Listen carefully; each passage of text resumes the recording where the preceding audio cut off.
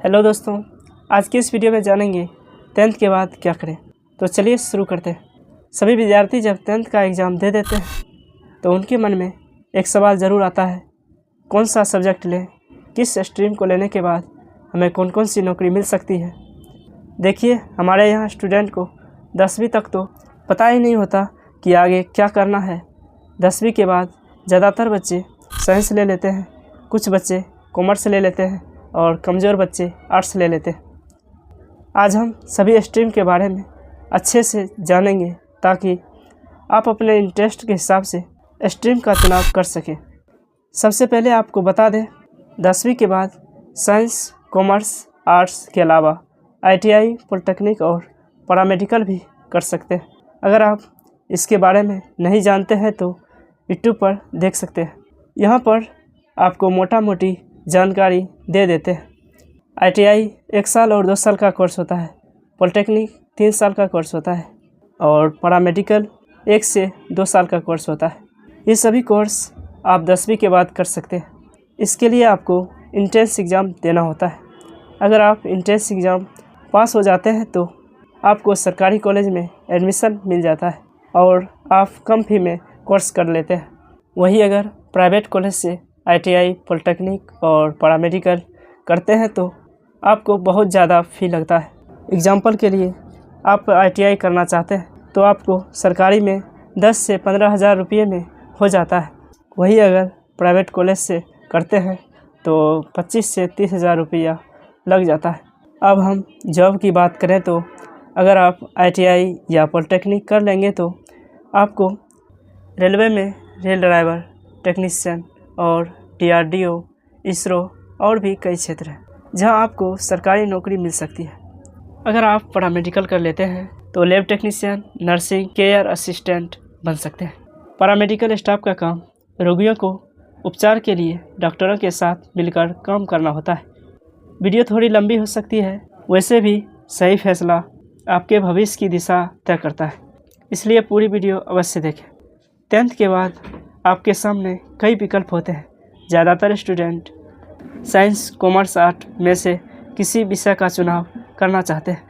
हम सभी स्ट्रीम के बारे में डिटेल से बता देंगे, लेकिन चुनाव आप ही को करना होगा क्योंकि इसी पर आपके आगे का भविष्य निर्भर करेगा।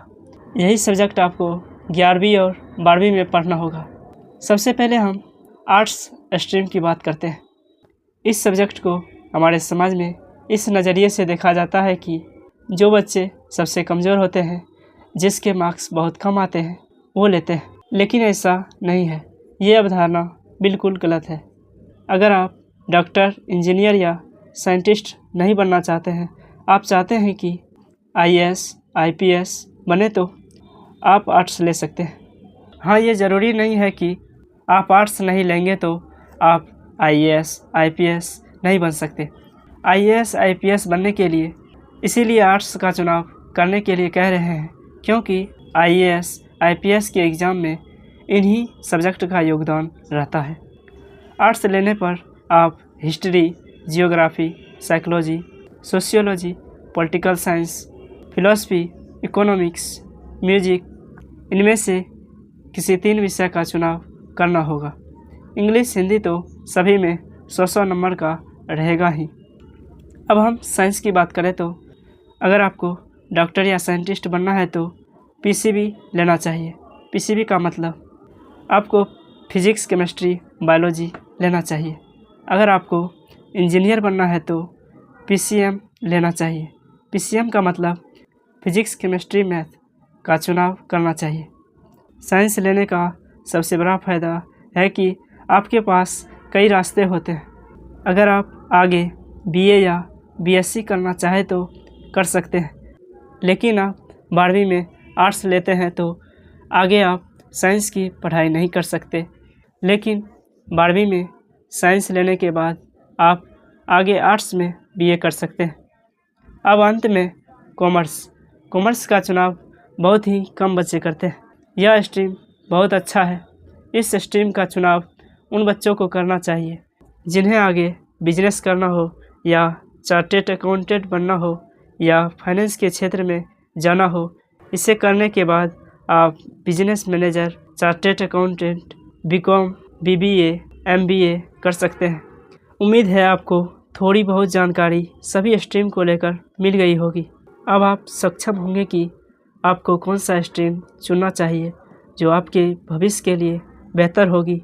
और हाँ, अगर आप किसी कोर्स के बारे में डिटेल से जानना चाहते हैं जैसे ITI, पॉलिटेक्निक, पैरामेडिकल, तो आगे हम उस वीडियो के साथ जल्द मिलेंगे। आज के लिए इतना ही। धन्यवाद।